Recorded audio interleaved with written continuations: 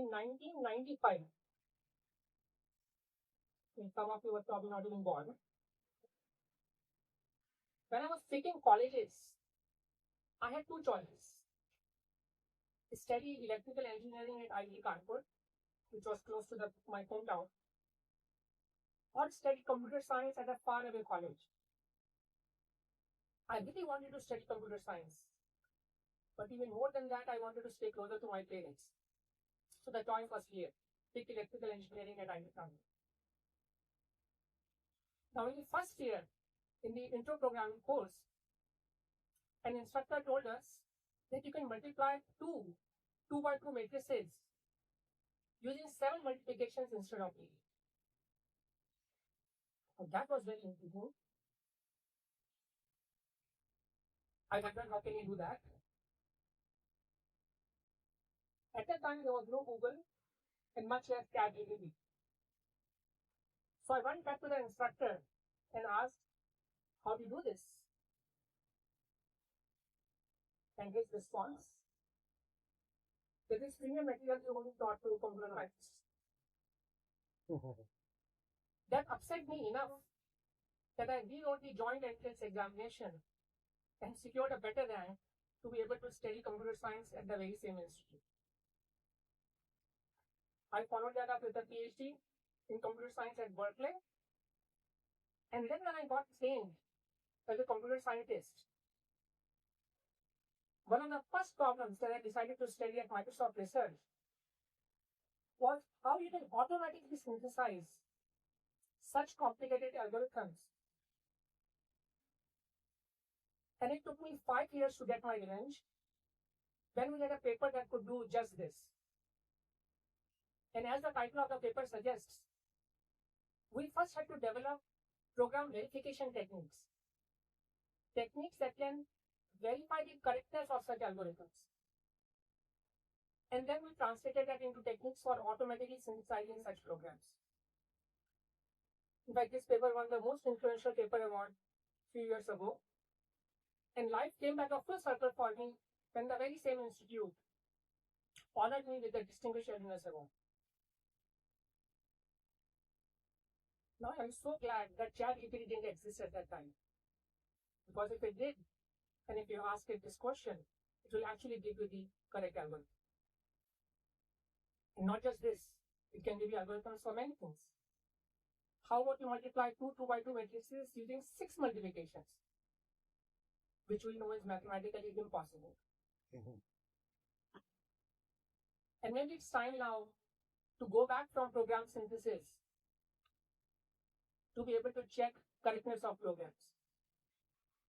And only when we do this, we will be able to increase reliability and robustness of these AI methods that generate these programs and algorithms.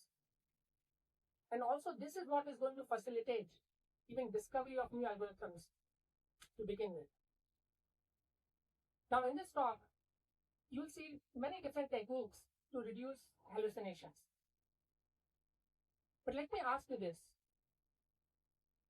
What is the simplest thing you can do to check that this program is incorrect?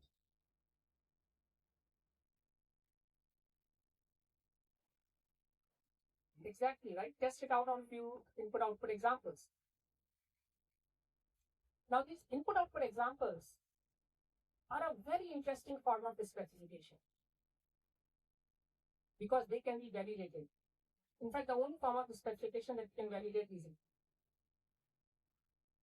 Next, I'm going to show you some domains where input-output examples are the easiest specifications to provide and even more natural than natural language research.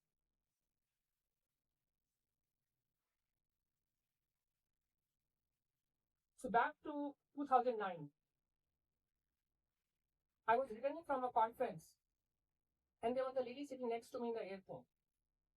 She was very impressed to know that I have a PhD in computer science and that I work for Microsoft. So I go to help her with the task that she was struggling with. She opens up her laptop, fires up Excel, and shows me a column of names. And asks me, how can she reformat these names by giving me an example of what she wanted. Now, at that time, I had no idea about the programming model underneath Excel. So I had to excuse myself out of the situation. But after I got back home, I searched for a solution to this problem on Excel help forums. And that's when I realized that many people struggle with simple repetitive tasks like that of the airplane lady. And they would communicate their intent to an expert on a help forum through input-output examples. And this is what inspired me to develop a feature called Flash Fill that can automate tasks like these. So you give just one example of your intent, and it will generalize this example into a program and run that program to automate the task for you. And the key breakthrough here was the ability to synthesize these programs in 0.1 second, and often from just one example. So let me show you how the overall underlying architecture works there. So the first idea was to restrict the search to an underlying domain-specific language. So in case of string transformations, such a language would consist of operators like regular expressions, substring operator, concatenate, and with some limited form of conditionals. So instead of searching for a program over a full-blown programming language like Python, we will search the program over this domain-specific language. Now, one idea to search for programs over a domain-specific language would be to enumerate all programs in order of increase in size, and then check which of these is consistent with the examples. But this is not going to scale, because even though this DSL is relatively small compared to Python, it is still info, has lots of constants.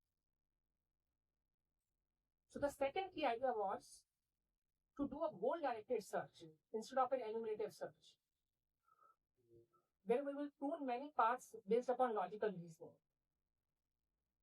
So essentially what we do is you take input-output examples and you backpropagate them through the structure of the grammar, using inverses for various operators that you have in the grammar. And then this symbolic backpropagation yields multiple goals at each substep. And then these goals can be explored in the order of their likelihood to succeed. And we use machine learning techniques to predict which goal to explore first. And sometimes this provides a 10x improvement in the speed. Now, at the end of this process, you have many programs which are consistent with the small number of input-output examples that the user has provided. Now we need to rank these programs in order to pick the one that the user likely intended. And one of the important ways to do this ranking is to look at program features. We prefer programs that are small, that use fewer number of constants. And another interesting idea that we discovered was to actually run these programs on the remaining inputs in the spreadsheet and see which program generates outputs that are more uniform, and that program is more likely to be correct. So this is almost 15 years old work, but it still stands the test of time. The idea of using domain-specific languages to restrict the output is very relevant in the days of LLM as well. So last year, OpenAI released this API where you can enforce that the output actually belongs to some structure that you specify. And this overall template of generating lots of candidates and then ranking them using tools that are not available during the generation time is also a very popular idea with use of LLMs today. So FlashFill became very popular, made it into middle school computing textbooks. But the best template that I ever received for this work was this quote from my late father. Okay, so the user experience of FlashFill is so inviting that it doesn't prevent people from trying on tasks that it was never meant for. For example, date and number transformations. So there was this tweet that went viral when someone gave an example mapping DEC to December and Flashwell autocompletes OCT to October. Some people came to my rescue claiming that this is how we should have named months in the first place. Then I also came across a shipping label where someone had incorporated Flashwell as part of process automation. But the best thing about this kind of customer feedback is that it tells you what are the next set of problems to work on. And so we extended support for Flashwell to much more sophisticated class of transformations, including data number transformations. For instance, look at this task where we want to map the date in this string form to the corresponding year quarter format. And with just a couple of examples, Flashwell can now do it. But not only that, it can actually generate readable formulas in many different languages, including the Excel formula language, which was one of the most asked speakers, so that people can get transparency into what was happening underneath it. And here someone wrote that this is almost 10x better than Flashwell. But the most interesting YouTube video that I saw was when people realized that this is not based on ChatGPT. It works so fast. So if you want to read a paper that is not about LLMs or using machine learning, but it's still relevant today, I would recommend this one. Now, one question that you can ask is, how about using LLMs for this simple task? In fact, I gave an entire keynote on this topic a couple of years ago, where I pitted Flashwell versus GPT-4. And this is what we identified. So consider the task of extracting the first three characters. Like a task as simple as the first three characters. And if you give it to GPT-3, it does it easily. But what if you have to extract 4 characters? It can't do this even with 4 examples. Because the bias for standard month names is that strong. But what about GPT-4? It's a beast, to say the least, compared to GPT-3. It can do this task with 2 examples.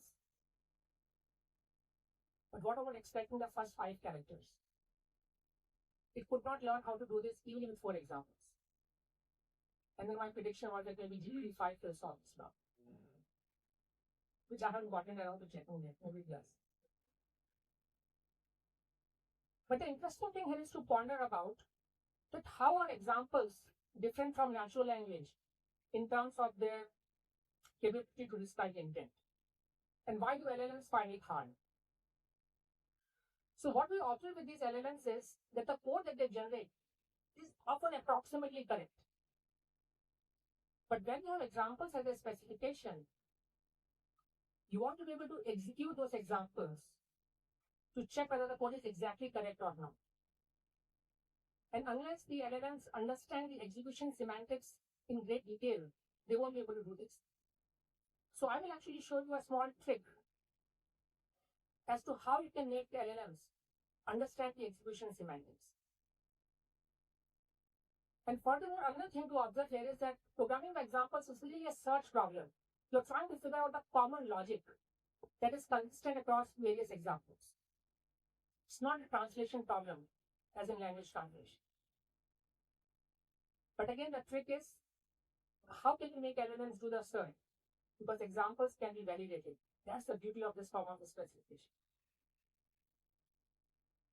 So let's take this task, where my goal is to extract the last name from some bibliographic entry. And if I have a middle name, I want to extract that as well. So if we give 4 examples to the LLM, it still does not get it right. It produces a program which still does not learn how to handle the case when there's a middle name. So what can you do? You can run this program on the examples, figure out where it fails, try to repeat that loop with the LLM, and then just pray that it will converge. But you can do something in a much more controlled fashion. And here's the idea. So you let LLM generate the first statement, but then take the control back. And you execute his statement on the various inputs that you have and show the outputs, show the effect of this statement to the LLM. Now you let the LLM decode and generate the next statement. Again, you take the control back, execute this statement on the inputs that you got, and put out an output. And you repeat this process. And then lo and behold, the LLM actually gets it right. This is one of the interesting tricks you can use. So instead of asking the LLM to give you one choice for the program statement at each step, you can ask it to give multiple choices, maybe 2 or 3, and then you can do some variable renaming and put down all these choices in the program. And now what you have really done is to trick the LLM into doing a breadth first search. So relatively simple, but a quite powerful idea.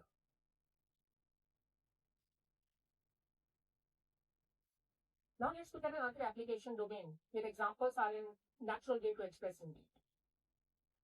This is an assignment taken from a data science class.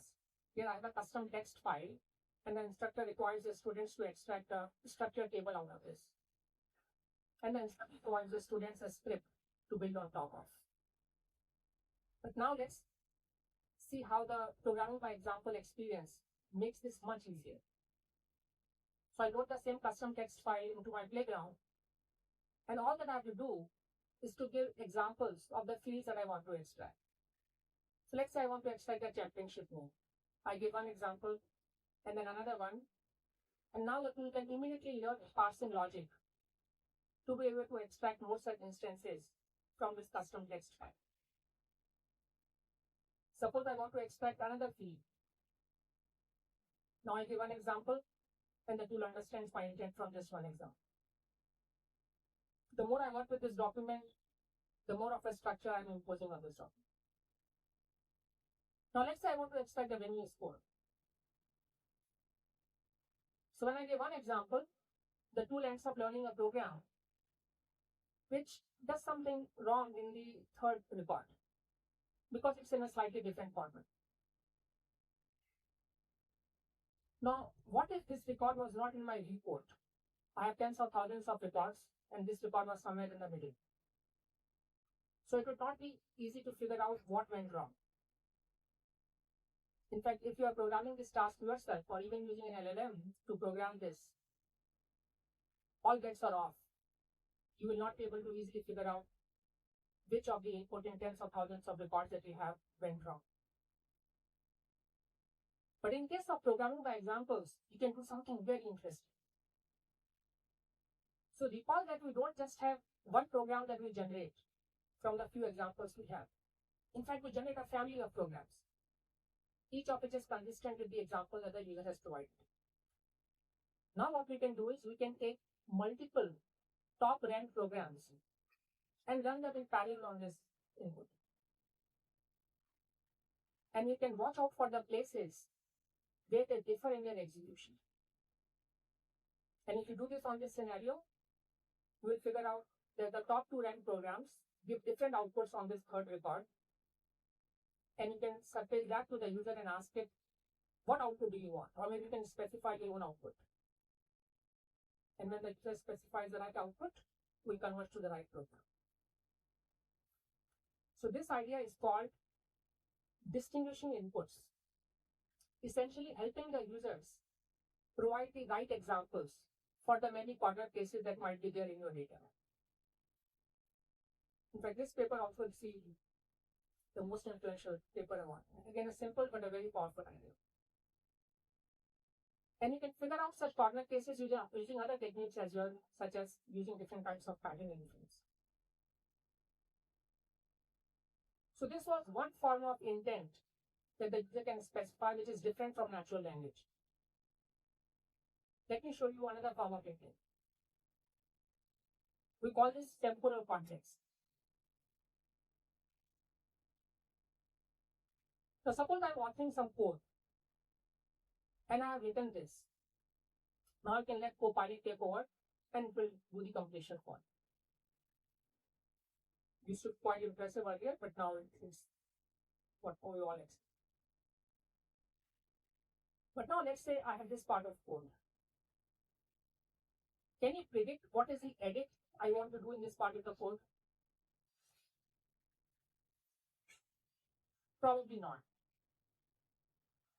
But what if you saw what I was doing a few minutes ago? I have this other part of the code base where I went and changed one of the expressions that converts Fahrenheit to centigrade by a method call, because I introduced a new method. I did a relative change at another place, and now you should be able to guess what I want to do in the snippet at the bottom, which is to make a similar change here as well.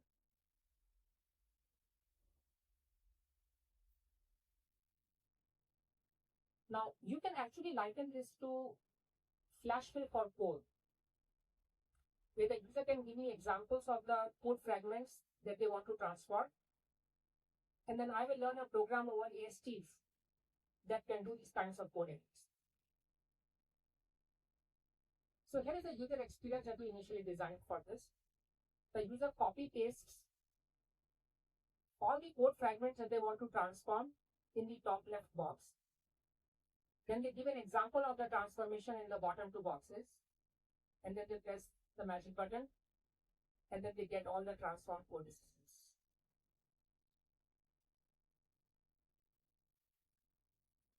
But there's a big problem with this user experience. I guarantee you that this is what we ship, no one would have used it. It requires a lot of switches between windows, a lot of copy paste, and it leads to what is called the late awareness problem. When the user starts doing such a task, then it might not even occur to them to use this tool, and they're already in the middle of the task.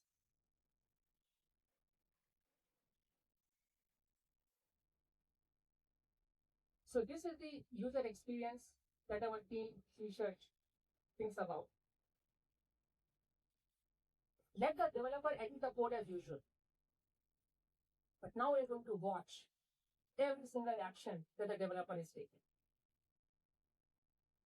And within this noisy sequence of keystrokes, we are going to figure out some repetitive examples of the edits that the user likely wants to do.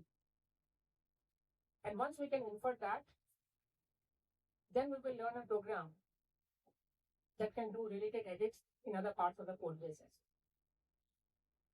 And we will provide those suggestions to the user. Now this user experience looks a little bit like clipping, but we don't want it to become like that. If the user goes and changes two integers to strings, we don't want to recommend user to change every occurrence of integer in the code base to a string. So we leverage many additional signals from the user as well, including the cursor location. And then we did many more iterations, added a richer class of patterns, not just repeated edits, also associated edits. We innovated on user experiences as well, even threw an LLM into the mix. And the result was this feature called IntelliPost Suggestions in Visual Studio. This became very popular. Developers love it. It allows them to edit the code very fast with much fewer keystrokes. And this slide attempts to capture the impact of this feature. You can see the usage numbers, the various tweaks. But the most heartening thing of this feature is not this statistics. It's a story of people whose life was truly changed because of this feature. Let me show you an example video that I came across a little while ago. See, 1 in 4 computer users will develop a chronic overuse injury. Having one hand just means I ran into it twice as fast. Suddenly, every click sent pins and needles shooting up my arm. From the minute I woke up to the moment I fell asleep, if I could fall asleep, the pain would not stop. Every doctor I saw agreed that the root of the problem was the thing I loved the most, my computer. Career computer use requires a lot of repetitive gestures, I learned. More than any one part of the human body is designed to do long term. A paraplegic who uses voice control will develop vocal strain. We've all probably met someone in our field whose hands or lower back hurts at the end of the workday. Or we are them. Or we will be in 60 years. I needed a way to reduce those painful gestures. I'm going to talk about two tools that I honestly use literally every day that help me do just that. The first, you might already be a little familiar with, and that's IntelliCode for Visual Studio. Now that's an irresistible story. And this is what inspires me to keep doing my job at it. Okay, now we need to move on to the second part of the talk, a different dimension that can improve AI reasoning, that of interaction. So what we'll notice here is that the AI can interact with the user in many different forms. But also what is very important to evaluate is how good a given interaction is so that we can improve upon that.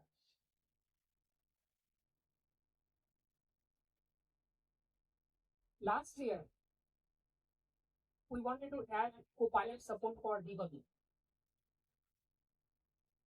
It's one of the most painful things that developers do, the place where they spend most amount of their time.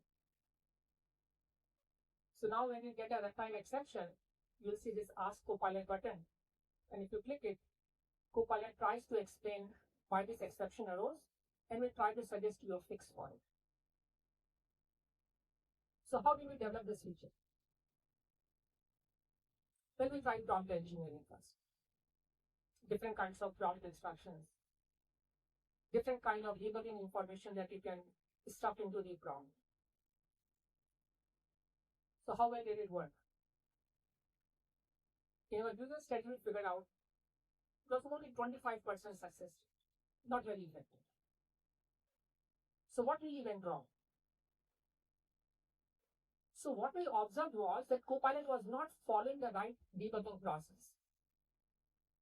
When it was not confident about what the error was, it should do some investigation, should try to figure out the root cause.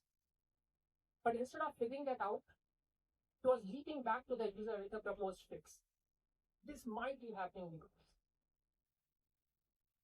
And the second challenge was that it was too eager to close the conversation with the user, saying that you can now handle this case yourself.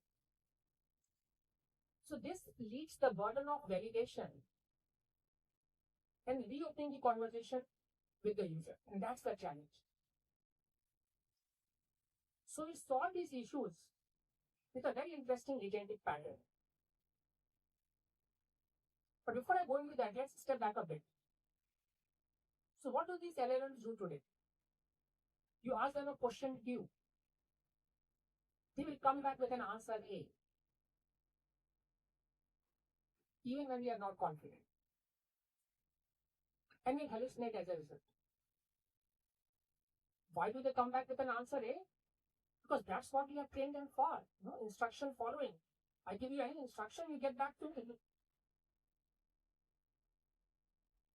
So it turns out that we can try to fix this behavior by just using a very simple trick.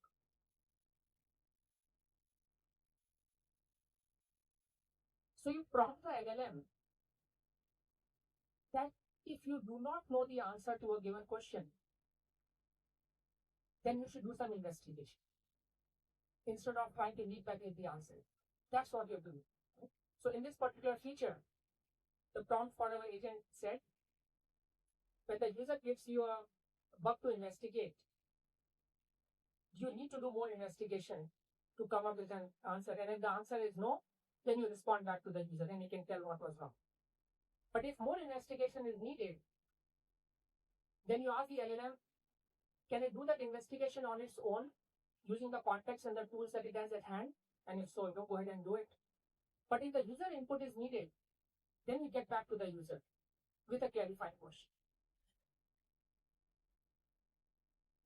So how well did this simple agentic pattern work?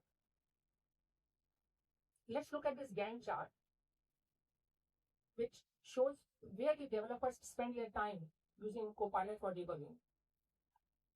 On the left, you see the experience with the old Copilot chat, and on the right is the experience when the Copilot chat is extended with this investigate and respond agentic pattern. So the right side, you see more solid bars, which means the user was working more with the Copilot. And you also notice that there's a lot of blue before green.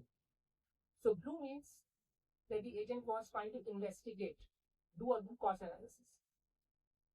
And green means it was now in the phase of suggesting a fix to the user, which is the right debugging level.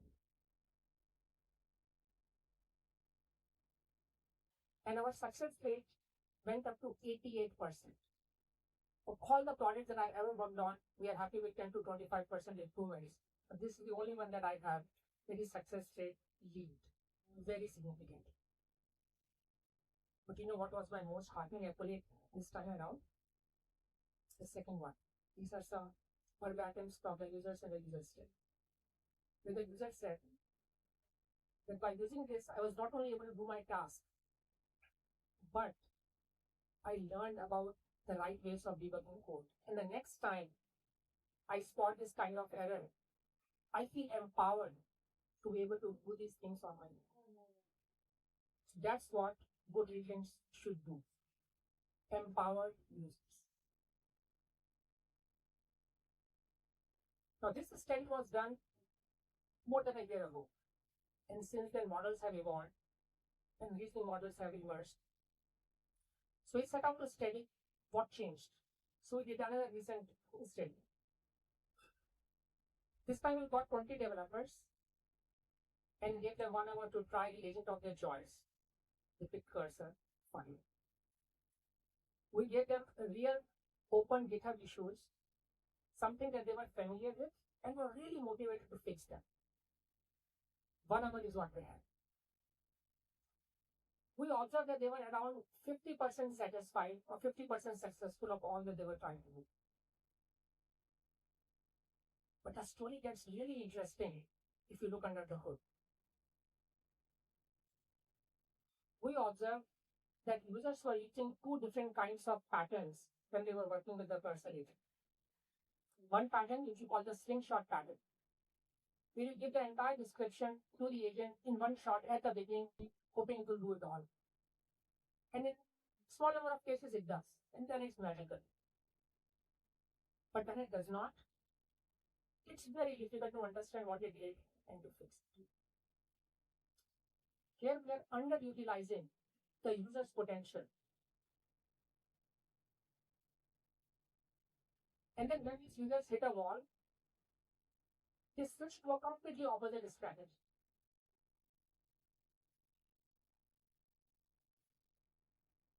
In fact, even with the slingshot strategy, the interesting challenge is that the model is very confident in whatever it suggests.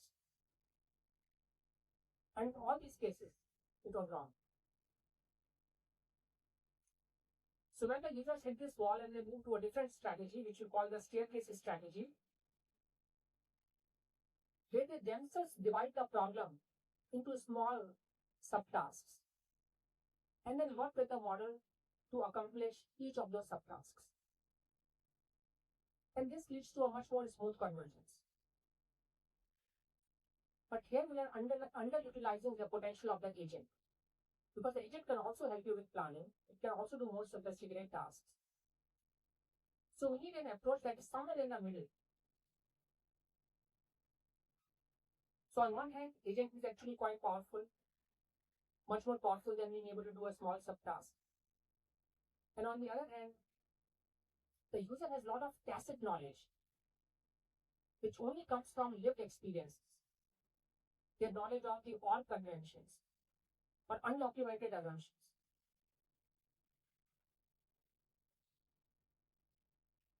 And the way to do this is for the agent to know what is the right question to ask of the user at the right time. And this is exactly the pattern that I showed you before, the investigate and respond pattern. So it turns out that this behavior still has not emerged inside these models, but it needs to be explicitly programmed as part of the agentic harness. We learned another interesting insight in this user study. So cursor allows people to backtrack, but many developers did not use that feature because they fear that they might lose their progress. It is not clear what to prefer, to backtrack or to continue to iterate with the agent if it is not converging onto a solution. And most users prefer the latter, even if it was inefficient. So what we need is safe backtracking options for the user. Something that will allow them to safely explore different alternatives. Think of porting conversations. Easier undos. And this will probably leverage the power of the human AI collaboration in a much more powerful way.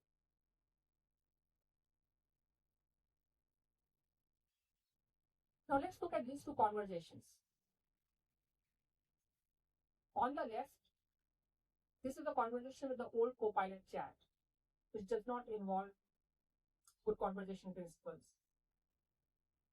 And you see that it is making many assumptions, not doing any clarification with the user, and fails to provide the right answer. On the right hand, in contrast, you see an agent that is very curious to investigate more, ask users the right questions, and helps converge to a right answer. So the question to ask here is, how can we ensure that models are more likely able to good conversations like the one that you see on the right side? So how can we program these models, these agents, so that we can do good conversations of the one that you see on the right side? But before you can influence the behavior, you need to be able to measure it first. And before you can measure, you need to define what constitutes a good conversation. So what is a good conversation? So to answer this question, we look into social sciences literature. And here we found wisdom from philosopher Paul Ellis, who had suggested these 4 maxims for effective communication between human beings. Quantity, you should neither speak less nor more. Quality, whatever you say should be truthful. Provide evidence-based answers. Relevance, stay on track, relevant to the user's goals. And mannerism, being clear, not using jargons or ambiguity. But the catch is that these maxims need to be interpreted in the context of the underlying domain.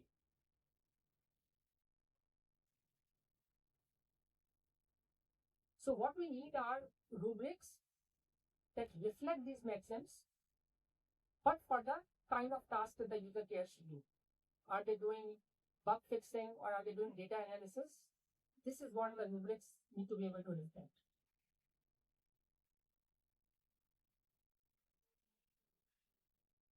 Now we generated these rubrics using a semi-structured, semi-supervised approach.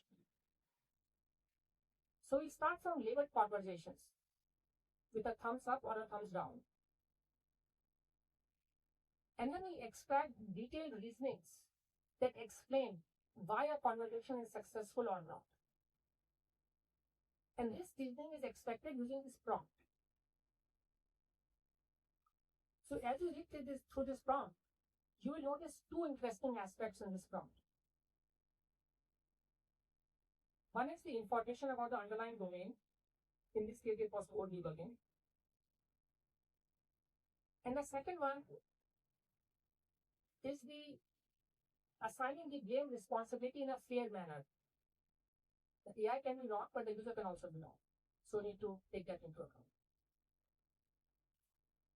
Now, once we have these detailed reasonings, now we use Gricean maxims to convert these reasonings into the right rubrics, the right form of Gricean maxims that are specialized to the underlying domain at hand. So how well do these rubrics work? So what we observed was that our rubric set, compared to the one generated from the other state-of-the-art technique, which does not use domain sensitization, does not use Gricean maxims, so our rubric set is much sharply able to separate the positive conversations from the negative conversations. A score of 27 versus 3. Much sharper. And the precision also goes from 58% prediction to 76%. So now we understand how to evaluate the quality of a given conversation. But now let's try to think what will it take to evaluate the quality of an agent with some configuration. So for that, we will need to be able to generate lots of these kinds of conversations automatically. So in our case, the domain that we were interested in was open-ended tasks for data analysis. Tasks that will require multiple turns. So first we needed to build a data set of such tasks. So what we did was we went to sites such as Tidy Tuesday, Kaggle notebooks, even research papers. And from there, we tried to extract tasks like these. We figured out what the right data set was and some meaningful queries over those data sets, and also the ground.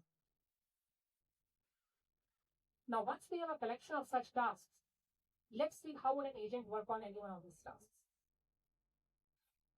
The orange agent might just give you the answer in this case, saying that there is no correlation between the budget size and the IMDb ratings of low budget horror films under this assumption. That's a possibility.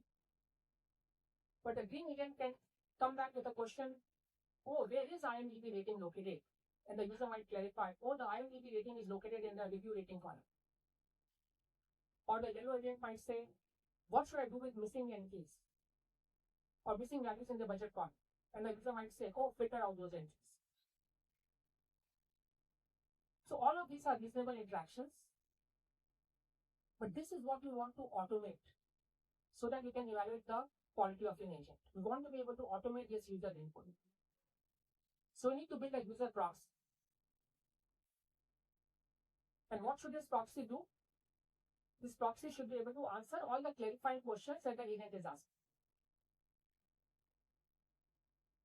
Now, in the case of data analysis, you cannot really answer these clarifying questions by just looking at the ground output, 42, right? What does it tell you how to drive 42 from the input data set? So our idea was to generate supporting code to evidence the output from the input data set.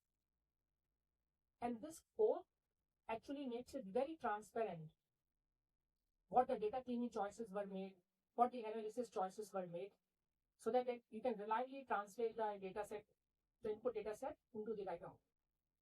And using this code, the proxy is now able to answer the clarifying questions that the agent asks. Another interesting challenge here is that the user proxy should simulate whom. In fact, Excel has a huge diverse user base with different expertise and preferences. A college student might prefer a bar chart or a pie chart, may not know much about formulas. On the other hand, a business analyst might want beautiful dashboards with full automation. So the idea was to use persona-specific routing recipes so that the user proxy can act like a specific persona. And the ultimate test of a good user proxy should be that it should be able to amplify the performance gap between different agents and be predictive of their performance in the real.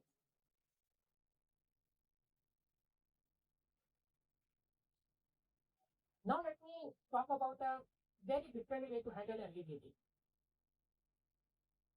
Not by bouncing clarifying questions back to the user, or by generating an incorrect answer as we see in this case. So here the agent does not know what the selected store is, but still it goes and writes score 1, thinking that it is a selected score. So the forward on the right side, you can see that. So what we can instead do, instead of giving an incorrect formula like this or asking questions of the user, we can just return back with partial response, like the one that you see on the bottom, where I can use placeholders, in this case a question mark, really denoting where the ambiguity is and inviting the user to provide input. So now how can you train a model to be able to generate such placeholders?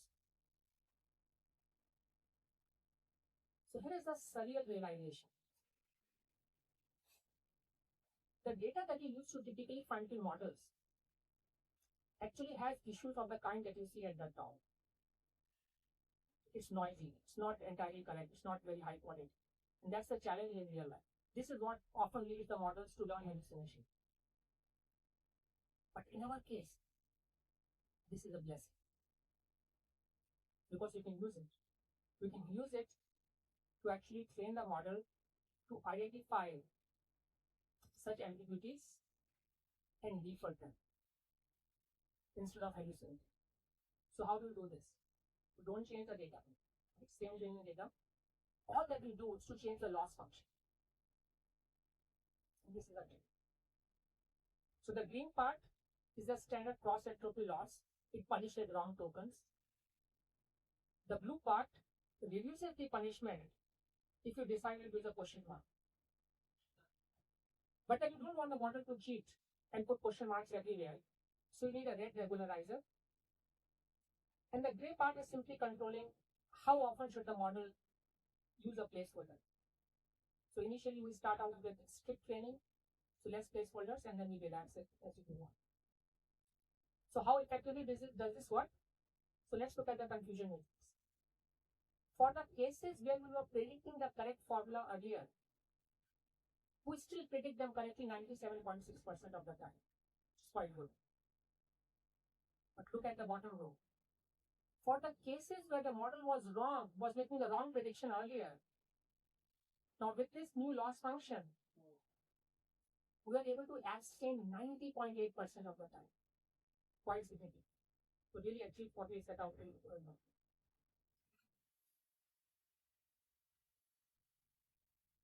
Now let's take this idea of placeholders one step further. And I will do this in the context of a very different application, that of synthesizing creative content. So this is a version of the image that I used on my title slide. How did I generate it? I provided my title and abstract to our agent. It generated a prompt for an image model. And the image that you see is the output of that image model. But the story starts here. What our agent does next is to give us meaningful adaptations of the underlying prompt. It puts placeholders in the prompt, gives them meaningful names to those parameters, and also gives me alternative choices for those parameters. So in this case, it included these 3 placeholders in the prompt, and these are the parameter names it provided. So let's think about the central theme. So what you see in the picture is a branching decision tree with glowing neural links. Oh, I'm becoming poetic, looks like. But the model provides me other options for this central theme as well. Flowchart with arrows and icons, abstract network of gears, AI chip with glowing pathways, and let's see what they look like. Quite cool. I probably would not have been able to think of these choices. Let's look at another parameter, color, scheme, and mood. Actually, I tried to change the color of this title slide when I got this output first. But I failed. I didn't get a good option. But look at the options that the model is, that the agent is suggesting. And we are really into some beautiful pictures. The most surprising was the parameter at the top. It's just a Boolean parameter. All I can do is to flip from a no to yes. But see what happens when I do that. Now you can see the shadow of spreadsheets and code in the picture, which is quite meaningful. In fact, my abstract does talk about applications to spreadsheets and code. And this is exactly what the model is. Okay, now I'm moving on to the last small part of my talk, which is the third pillar, that of inspection. And the idea that I really want you to take out of this part is that if you do this inspection, which is the process of checking the output or reasoning of a model in structured ways, using code in a systematic way, then you can get much more robustness. So I'll give you a couple of examples. So let's consider the problem of extracting tables from PDF documents and different kinds of reports.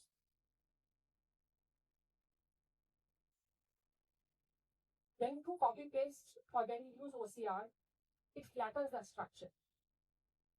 Then you get a lot of mistakes as a result, and people spend a huge amount of time trying to fix these mistakes.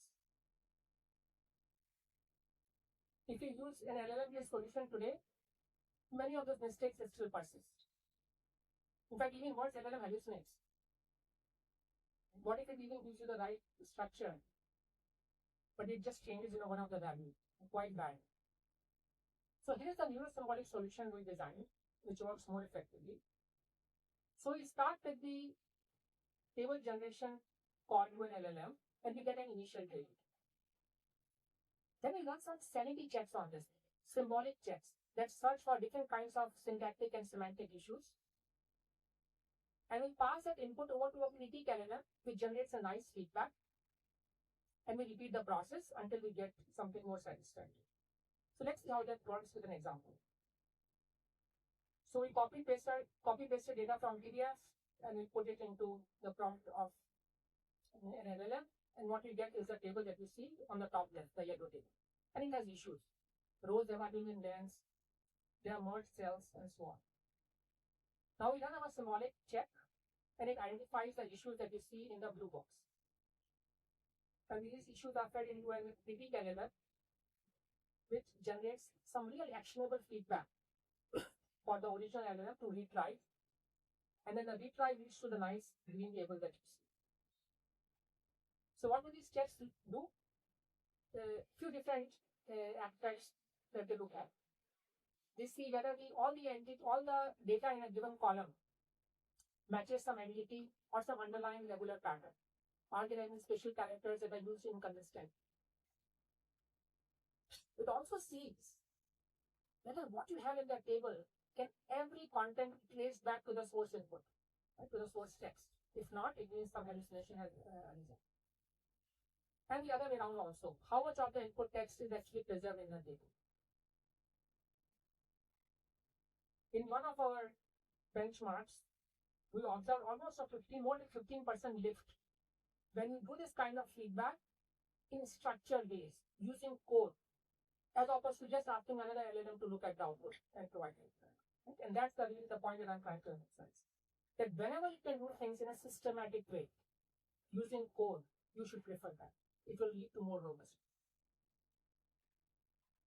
Now, the final example in my talk is about different kind of feedback that you can do on a model output.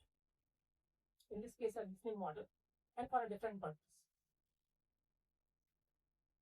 So in this case, what we did was we took lots of different reasoning trajectories and we parsed these trajectories into different constituent elements. A plan, an action that the model is taking, an observation, an effect.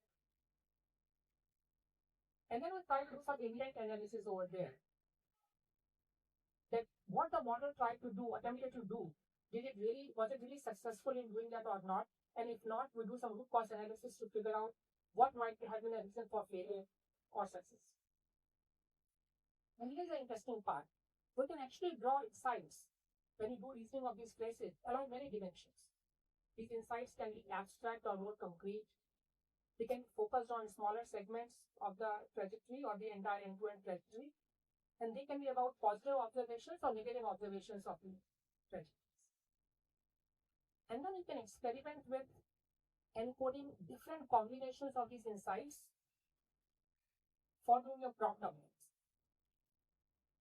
so that the behavior of the model becomes more robust now. And on one data set, we observed that if you encode negative end-to-end insights, you get better precision as opposed to encoding all end-to-end insights, including positive ones. Because the positive behavior apparently turned out was not important to be reinforced, but it was important to point out to the model what it was doing wrong. And the precision went up from 58 to 75 in that. So it's a very ongoing work, very preliminary work, but I still want to share this accurate. So I conclude now. So the first pillar that I talked about for improving AI reasoning was to leverage intent, which can be much richer than just natural language. Especially when you have input-output examples, note that it's not just possible to use the examples to validate the output of the LLM, but you can actually use that to force correct generation in the first place, as I showed you earlier. Another interesting place where a lot of user intent is hidden is temporal context. The action that the user has been doing in the recent past. In fact, this idea that I showed you for IntelliCode suggestions is being picked up by many different products, including Cursor, Excel Copilot, that is all looking at what is happening in the recent past to be able to make better suggestions going forward. The second dimension that I talked about was interaction. I showed you different ways of interacting with the user, asking questions through a sketch, suggesting different choices for a parameter in the sketch. And the interesting part here was to leverage some communication principles from social sciences. And also, how do you evaluate this kind of interaction? But one subtle thing that I did not go into more detail is interaction in service of what? We often think of productivity use cases, which is probably what you might have seen mostly here, where the user knows how to do the task, but AI just makes them much more effective. But sometimes the use case is learning. The goal is for the user to learn about new things and to deepen their understanding. And we saw a glimpse of that in the developer rating for Visual Studio, where the developer felt that it was also a learning experience for them, not just productivity increase. And then another fundamental use case is creativity, where neither the user nor the model knows the final destination. They are exploring together. And the third pillar was of inspection. You can steadily model output the reasoning traces they produce to not only do iterative refinement for that particular task instance, but also to do prompt upgrades. But the idea that I really wanted to leave in here was to do this in a systematic manner, using code if possible. And the fourth dimension, whose glimpse you probably saw on the last slide. Memory, which can make all of this much better. Yeah. So let me conclude with another shots. In the movie 50 First Dates, the character Drew Barrymore doesn't have short-term memory. Every morning she wakes up and forgets what happened that day. And then our hero, Andy Sandler, has to win her heart all over again. Now, this is sweet and funny in a romantic comedy, but not so much in a real human AI interaction. So, without memory, every interaction is like a first date. You have to teach it the same preferences, how to correct the same kind of mistakes over and over again. But memory changes the game. There's a possibility to turn every interaction into an evolving relationship. It's a very active area of research going on these days. Huge opportunities here, how to represent memory, how to update it, and to do that in a safe manner with the user having full control of it. So these are the 4 pillars that I wanted to inspire you with: intent, interaction, inspection, and memory. And together, they will convert AI from a tool that reacts to a collaborator that evolves with you. Thank you.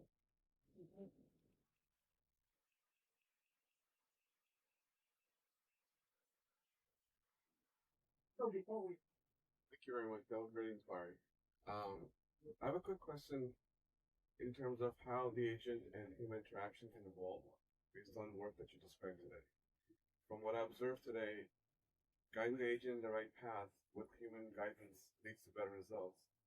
However, the way I look at it is just that humans need the search space evaluation can be. How far are we from the agents that we have? The agents can do that search space themselves. Is LLM the right Steve for that, or is that a different model that we need to look at to do that type of? So I'm not able to hear you very clearly, but let me try to repeat your question in part, and then you can probably please help me out. Maybe make the mic a little bit more up, it might probably help. Is that better? Yes, this is much better. So when we look at this interaction between human and AI, how can we use it to ensure that the interaction gets better in the future? The guidance was provided by the human to say, now let's go do this. And it's, for example, you build a better prompt, you went to neuroscience, figure out a better approach, and then you integrate that into the human agent interaction. I'm trying to figure out how far the agents are to do that, to figure out that guidance by themselves, and is LLM the right seat for that guidance? I see. So how good LLMs are from being able to learn from these past interactions? Are they the right tool? So I think it's a very interesting question. So today, when we think about, let's say, fine-tuning an LLM to a given particular domain, right? That's one of the tools that we often use.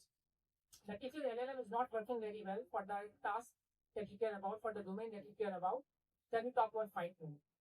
We focus our entire energy on collecting lots of data sets and doing evaluation so that we can teach LLM to do these sophisticated tasks in the domain well enough in one shot.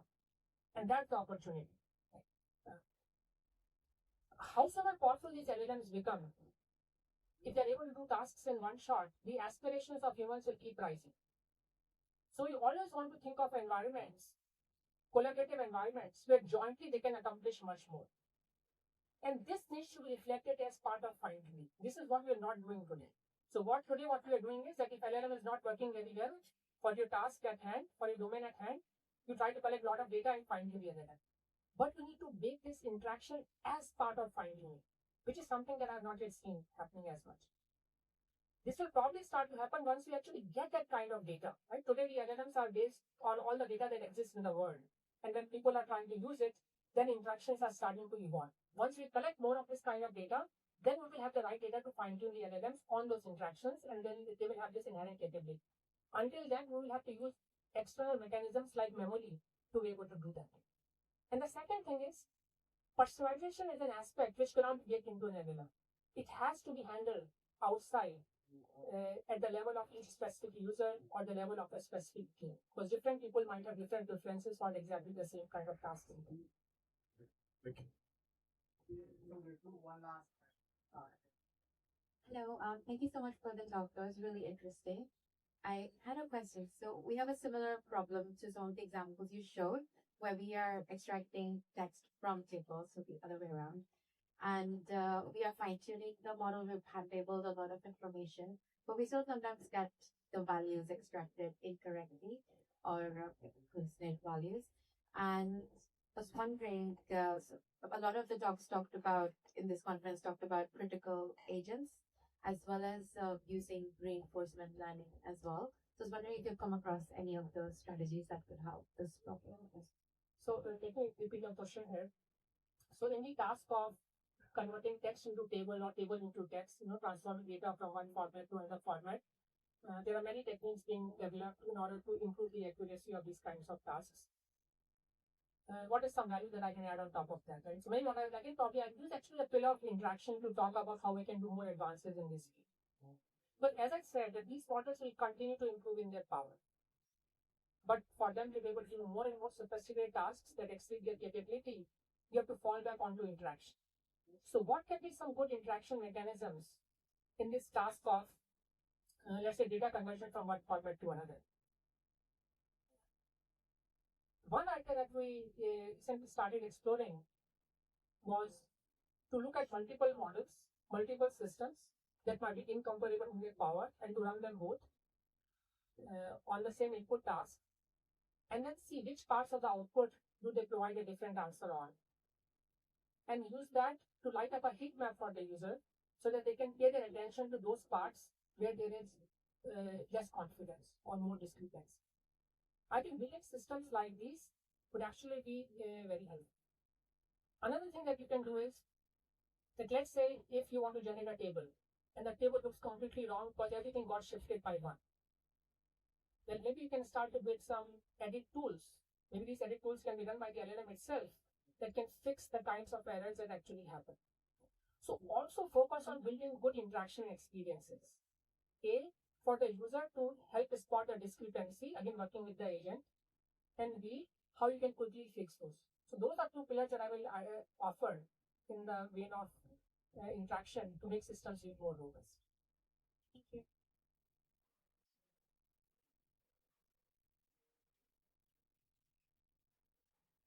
So thank you. Let's give one